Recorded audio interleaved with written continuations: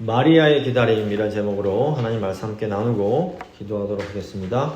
오늘은 대강절 마지막 주일이자 성탄절 2부입니다.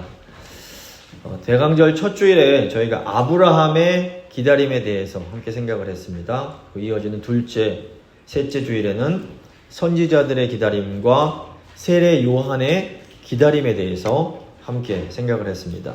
이제 마지막 네 번째 주일에는 예수님의 어머니 마리아의 기다림에 대해서 좀 생각을 해보도록 하겠습니다. 이 마리아는 예수님을 기다리는 것이 도대체 무엇인지 이걸 가장 잘 보여주는 사람이라고 볼 수 있습니다. 예수님이 이 마리아의 몸을 통해서 이 땅에 오셨습니다. 마리아가 예수님을 잉태하고 10달 동안 예수님의 탄생을 기다리게 됩니다. 이 마리아의 기다림을 보면 세 가지 특징이 있습니다. 예수님을 기다리는 사람들의 삶에도 똑같이 세 가지 특징이 있습니다. 첫 번째, 고난의 은혜. 두 번째, 고난 중의 찬양. 세 번째, 역설 중의 사랑. 이게 이제 세 가지 특징입니다. 먼저 고난의 은혜를 생각해 보겠습니다. 마리아의 기다림의 첫 번째 특징은 고난의 은혜입니다. 하나님이 이제 가브리엘 천사를 마리아에게 보내십니다.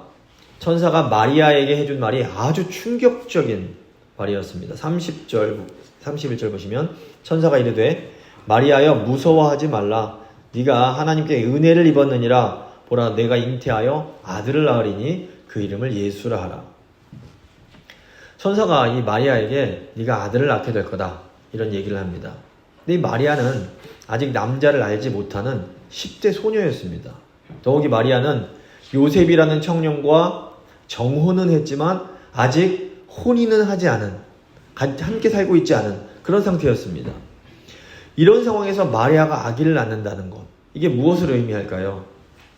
마리아가 임신한 것이 알려지면 일단 마리아의 정혼이 깨질 수가 있었습니다. 나아가 이 마을 사람들로부터 이 부정한 여자야 하면서 비난을 받을 수가 있었습니다. 이게 10대 어린 소녀가 감당하기에는 사실 굉장히 힘든 그런 일이었습니다. 그런데 천사가 지금 마리아에게 마리아야 너는 하나님의 은혜를 입었다 이런 말을 합니다. 하나님께서 종종 하나님의 은혜를 입은 사람, 하나님의 은혜를 받은 사람들에게 이 감당하기 힘든 일을 요구하시곤 합니다.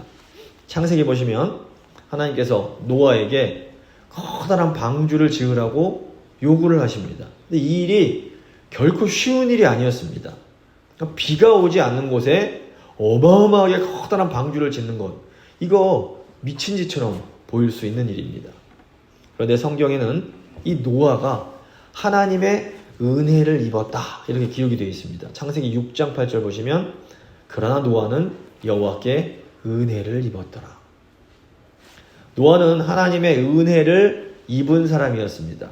그런데 이 은혜에는 말할 수 없는 큰 고난이 포함이 되어 있었습니다. 노아가 자신에게 주어진 이 고난의 은혜를 믿음으로 받아들입니다. 그리고 이 믿음을 통해서 노아와 노아의 가족들이 구원을 받게 됩니다. 나아가 이 노아의 가족들을 통해서 새로운 인류가 시작될 수 있었습니다. 이 마리아가 받은 은혜에도 어마어마한 고난이 포함이 되어 있었습니다. 이 마리아도 믿음으로 이 고난의 은혜를 끌어안습니다. 38절 보시면 마리아가 이르되 주의 여종이오니 말씀대로 내게 이루어지이다 이런 고백을 합니다. 그러니까 마리아가 믿음으로 그 고난의 은혜를 끌어안았을 때에 이 마리아의 몸을 통하여 인류를 구원할 예수 그리스도가 이 세상에 오실 수가 있었습니다. 사람들이 하나님의 은혜를 생각할 때에 이 고난을 잘 생각을 못할 때가 많습니다. 하나님의 은혜라고 하면 이 영광, 좋은 것 이런 것만 생각을 합니다. 하지만 하나님의 은혜에는 고난이 포함이 됩니다.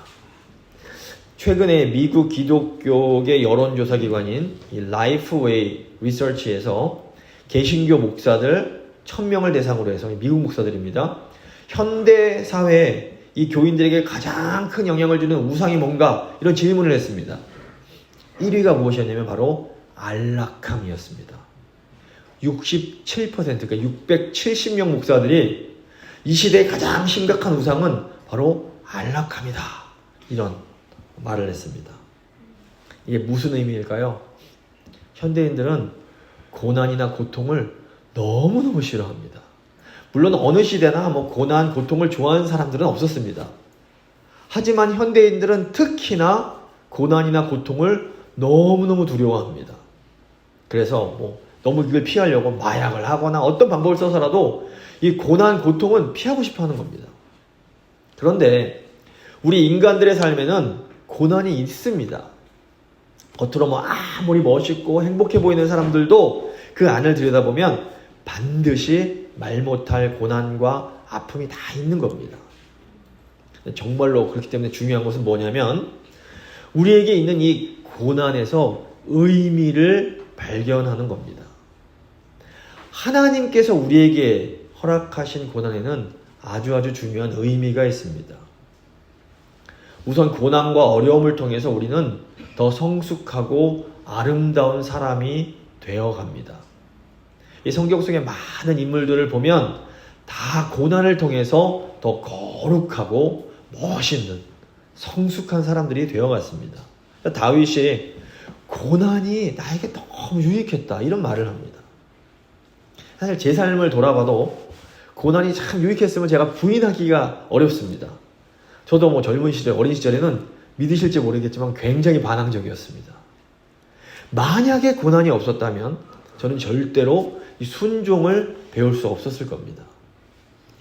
나아가 이 고난은 우리의 기쁨을 더 크게 만들어줍니다.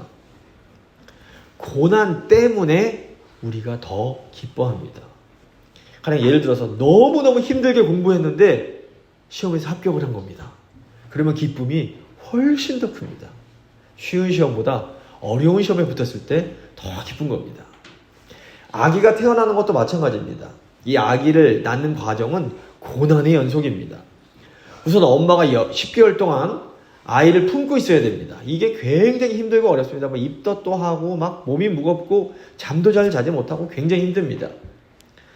그런데 그렇게 고난을 또 겪고 나면 이 아이가 딱 태어나면 아이를 낳을 때도 또 고난이 어마어마합니다. 잘 어머님들 아실 텐데.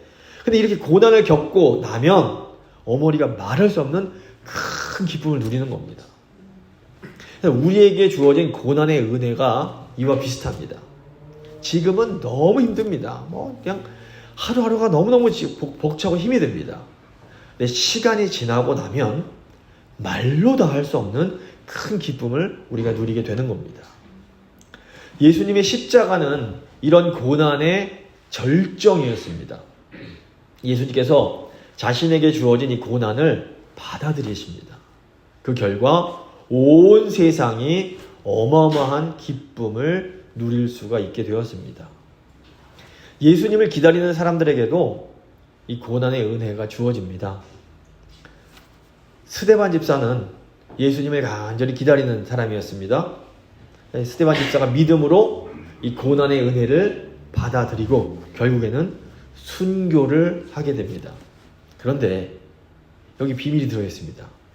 이 스데반의 순교가 사도 바울에게 큰 충격을 줍니다. 그리고 이 바울이 회심함으로 온 세상에 복음이 전해지고 큰 기쁨을 누릴 수가 있게 된 겁니다. 우리가 예수님을 기다릴 때에 우리에게도 고난의 은혜가 임합니다. 근데 믿음이 뭐냐면 이 고난의 은혜를 꽉 끌어안는 겁니다. 받아들이는 겁니다. 우리가 믿음으로 고난을 끌어안을 때 우리와 우리가 사랑하는 가족들, 이 사람들 구원을 받게 됩니다. 나아가 우리가 믿음으로 고난을 끌어안을 때 온 세상의 기쁨을 누리게 되는 겁니다. 우리가 겪는 고난 속에 하나님의 은혜가 숨겨져 있음을 기억하시기 바랍니다. 믿음으로 이 고난의 은혜를 끌어안는 우리 모두가 될 수 있기를 바랍니다. 자, 두 번째, 마리아의 기다림의 두 번째 특징은 고난 중에 찬양한다라는 겁니다. 우리가 고난당하면서 하나님을 기쁘게 찬양하는 것, 이게 어떻게 가능할까요? 누가복음 1장 보시면 그 비밀이 두 가지가 나옵니다. 첫째로, 우리가 고난 중에 찬양하려면 믿음의 동역자, 믿음의 동지들이 필요합니다. 천사를 만난 직후에 마리아가 자기 친척인 엘리사벳을 만나러 갑니다. 이 엘리사벳은 제사장 사가랴의 아내였는데, 이 사가랴와 엘리사벳이 늙은 나이까지 아이를 갖지 못했습니다. 그런데 하나님께서 이 노 부부에게 아들을 허락하십니다. 이 아이가 바로 세례 요한이었습니다. 근데 엘리사벳이 자신을 방문한 마리아를 보자마자 성령으로 충만함을 받고 마리아를 축복을 합니다. 누가복음 1장 41절부터 45절 보시면 그 내용이 나옵니다.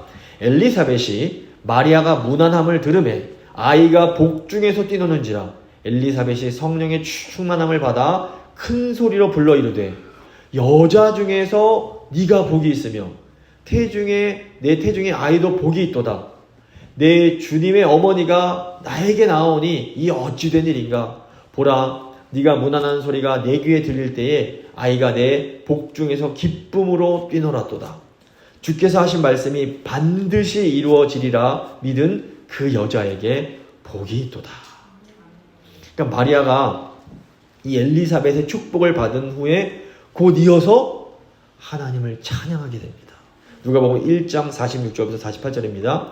마리아가 이르되 내 영혼이 주를 찬양하며 내 마음이 하나님 내 구주를 기뻐하였음은 그의 여종의 비천함을 돌아보셨습니다. 보라, 이제 후로는 만세에 나를 복이 있다 일컬으리로다. 자, 이것이 무엇을 의미할까요? 우리는 믿음의 동역자들을 통해서 하나님께 받은 은혜를 재확인을 하는 겁니다. 그러니까 성도의 삶에는 고난의 은혜가 있습니다. 그런데 아무리 은혜라고는 해도 고난의 은혜는 결코 쉽지가 않습니다. 근데 이때 믿음의 동역자가 옆에서 우리의 고난 속에 담긴 은혜를 확인해 주는 겁니다. 이게 놀라운 은혜다. 하나님께서 우리에게 교회를 주신 이유가 바로 이것입니다. 우리는 결국 혼자서 신앙생활을 할 수가 없습니다. 아무리 믿음이 좋은 분들도 혼자서는 이 고난을 견디기가 너무 어렵습니다. 물론 교회에 아름답지 못한 모습이 분명히 있습니다. 교인들의 연약하고 부족한 모습들이 분명히 존재합니다. 하지만 그럼에도 하나님은 이 교회를 통해서, 우리 교인들을 통해서 우리에게 고난을 이길 수 있는 힘을 주십니다. 교회에 아무리 이렇게 추한 모습, 아름답지 못한 모습이 있어도 우리가 교회를 사랑하는 법을 배워야 됩니다. 여기서 이제 주목할 것이 무엇이냐면 엘리사벳이 성령으로 충만할 때에 마리아를 축복했다라는 겁니다. 그러니까 우리가 성령으로 충만해야 고난 중에 있는 성도들을 위로할 수가 있습니다.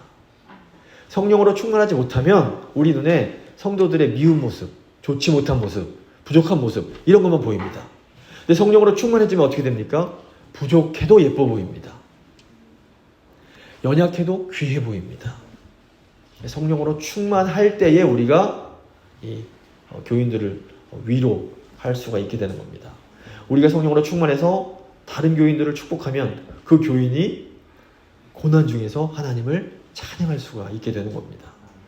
이 목사의 가장 큰 기쁨이 뭔 줄 아십니까? 어떤 성도님이 분명히 큰 고난을 겪고 계십니다. 누가 봐도 이게 참 힘든 상황인데 이 성도님이 감사하시고 찬양을 외치는 겁니다. 제가 이 모습을 볼 때마다 하나님께 너무 감사하고 하나님을 찬양하지 않을 수가 없습니다. 이 살아있는 교회의 특징이 뭐냐면 고난을 받는데도 하나님을 찬양하는 겁니다. 분명히 너무너무 고통스럽고 힘든 상황인데도 그 입술에 감사의 고백이 있고 그 얼굴에 기쁨이 있는 겁니다. 그런데 이 나의 축복이 이런 고난 중의 성도를 찬송케 해줍니다. 새해에는 성령으로 충만하셔서 다른 성도님들을 더 많이 축복해 주시고 이 교회에 찬송이 넘치게 되는 그런 일들이 있게 되기를 바랍니다. 둘째로, 고난 중에 찬송하려면 말씀을 묵상해야 됩니다. 누가복음 이제 1장 46절부터 55절을 보시면 마리아가 부른 찬송의 내용이 쭉 나옵니다. 시간상 제가 다 말씀 못 드리는데 이 마리아의 찬송을 보시면 하나님에 대한 놀라운 통찰이 그 안에 들어 있습니다. 그러니까 마리아가 우리 삶 가운데 역사하시는 하나님, 약속을 성취하시는 하나님을 찬양을 합니다. 이것은 평소에 이 마리아가 하나님의 말씀을 깊이 묵상하는 사람이었음을 보여줍니다. 우리가 고난 중에라도 하나님을 찬양하려면 평소에 하나님의 말씀을 깊이 묵상을 해야 됩니다.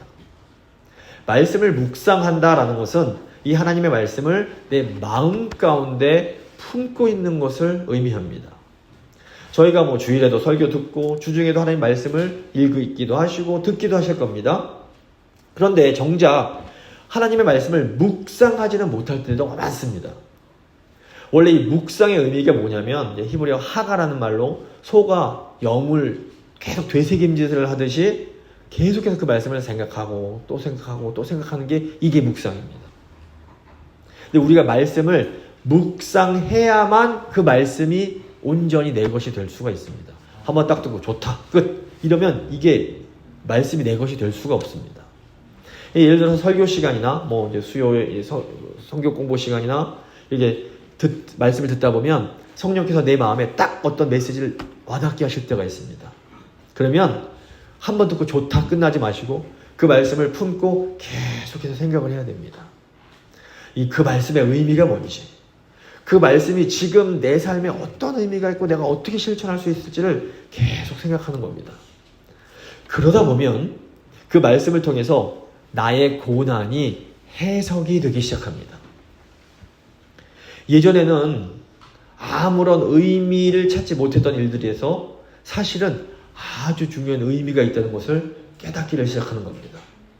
그러다가 이렇게 말씀 묵상하다가 믿음의 고난을 함께 겪는 믿음의 사람들을 만나면 큰 위로를 받고 함께 하나님을 찬양할 수가 있게 되는 겁니다. 사실 우리의 문제는 고난이 아닙니다. 고난은 우리 삶의 상수입니다. 언제나 고난은 있습니다. 우리의 진짜 문제는 그 고난에서 우리가 의미를 찾지 못하는 겁니다. 근데 말씀이 없으면 고난에서 의미를 해석해낼 수 없습니다. 하나님의 말씀을 주야로 묵상할 때 내 고난에서 의미를 발견하게 됩니다. 다윗이 하나님의 선하심을 맛보아 알지어다 이런 말을 합니다. 이 고난 중에 하나님을 찬양하는 사람이 이 하나님의 선하심을 맛보아 아는 사람입니다. 새해에는 더욱더 하나님의 말씀을 깊이 묵상하심으로 하나님의 선하심을 풍성히 경험하실 수 있기를 바랍니다. 이제 마지막 세 번째, 역설 속의 사랑입니다. 마리아의 기다림의 세 번째 특징이 역설입니다. 역설은 영어로 paradox라고 하는데 겉보기에는 모순처럼 보이는데 사실 그 속에 중요한 진리가 함축되어 있는 걸 말합니다. 마리아는 평생토록 이 역설을 받아들여야만 됐습니다. 마리아가 마주했던 첫 번째 역설, 그게 뭡니까? 34절 보시면 마리아가 천사에게 말하되 나는 남자를 알지 못하니 어찌 이 일이 있으리이까? 천사가 대답하여 이르되 성령이 내게 임하시고 지극히 높으신 이의 능력이 너를 덮으시리니 이러므로 나실 바 거룩한 이는 하나님의 아들이라 일컬어지리라. 자, 마리아는 남자를 경험하지 못한 10대 소녀였습니다. 그런데 하나님의 아들을 낳아야만 했습니다. 마리아가 자기가 낳은 이 아기 예수님을 보면서 어떤 기분이 들었을까요? 이 아기가 하나님의 아들이면서 또 동시에 자신의 아들인 겁니다. 예수님은 하나님이신 동시에 인간이십니다. 이 하나님이며 동시에 인간이란 말은 삼각형이면서 동시에 사각형이라는 말처럼 모순된 말입니다.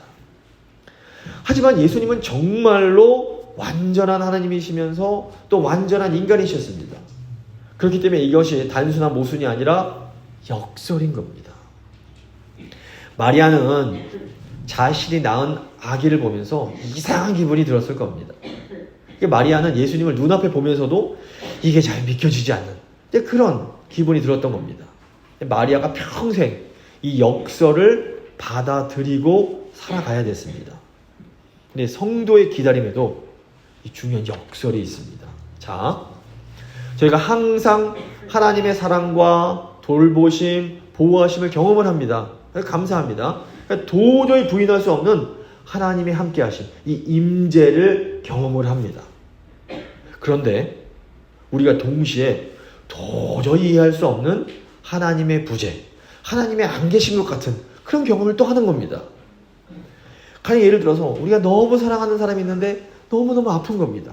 너무너무 좀 괴롭습니다. 또 내가 너무 사랑하는 사람과 관계가 좋지가 않습니다.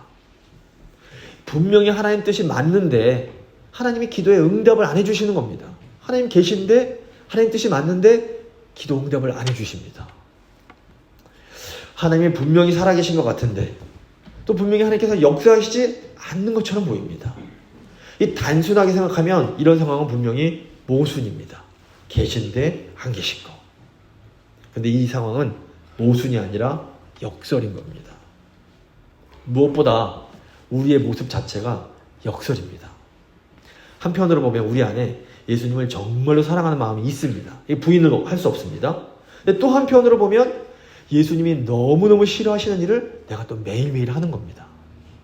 이게 얼마나 모순적인 모습입니까? 그런데 이런 모습이 바로 우리 성도들의 역설적인 모습인 겁니다. 마틴 루터가 이런 신자의 역설을 의인인 동시에 죄인이라고 이렇게 표현을 했습니다.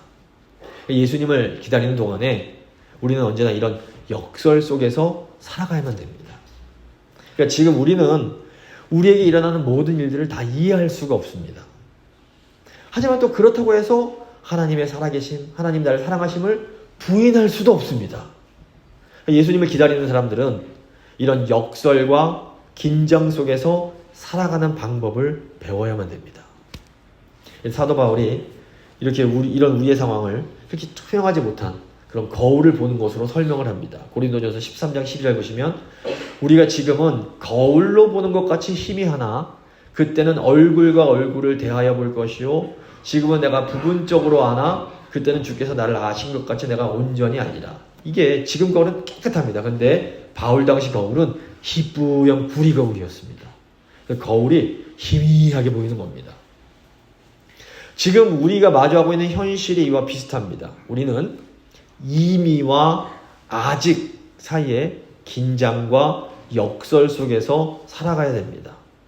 우리가 언젠가 예수님이 다시 오실 때 지금 우리가 이해하지 못하는 많은 것들을 분명하게 이해할 수 있게 될 겁니다. 여기서 이제 중요한 것은 뭐냐면 우리가 이 역설 속에서 살아가기 위해서 가장 필요한 것이 있는데 그게 바로 사랑이라는 겁니다. 성도의 현실을 뿌연 거울에 비유했던 바울이 이어서 무슨 말을 합니까? 사랑의 중요성을 강조를 합니다.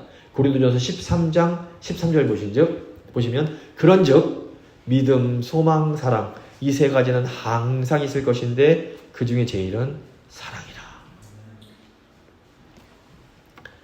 사랑만이 우리 인생의 모호함과 애매함을 견딜 수 있는 힘을 줍니다. 사랑이 우리가 이 답답한 세상을 살아갈 수 있는 힘을 주는 겁니다. 저희가 성탄절을 좋아하는 이유가 뭘까요? 성탄절에는 하나님의 사랑을 크게 느낄 수 있기 때문입니다. 하나님이 우리를 사랑하셔서 가장 소중한 아들을 선물로 주셨습니다. 이 사랑은 이 답답하고 어두운 세상을 비춰주는 밝은 빛과 같습니다. 그리스도인들은 이 사랑으로 이 사랑의 빛으로 세상을 비추는 사람들인 겁니다. 말씀을 마무리 짓도록 하겠습니다. 마리아의 기다림은 우리 그리스도인들의 기다림을 잘 보여줍니다. 우리는 믿음으로 고난의 은혜를 끌어안아야 됩니다. 우리가 고난의 은혜를 이렇게 끌어안을 때 우리에게 구원과 세상의 기쁨이 임합니다. 또 우리는 고난 중에 기뻐해야 됩니다. 우리가 말씀을 묵상하며 믿음의 사람들과 함께 할 때 고난 중에 기뻐하며 하나님을 찬양할 수 있게 됩니다. 또 우리는 역설 가운데 사랑하며 살아야 됩니다. 사랑은 인생의 모순과 역설을 이길 수 있는 힘을 줍니다. 복된 성탄을 맞아 더 많이 사랑하며 살아가는 우리 모두가 될 수 있기를 간절히 소망합니다. 이제 잠시 믿음의 기도 드리십니다.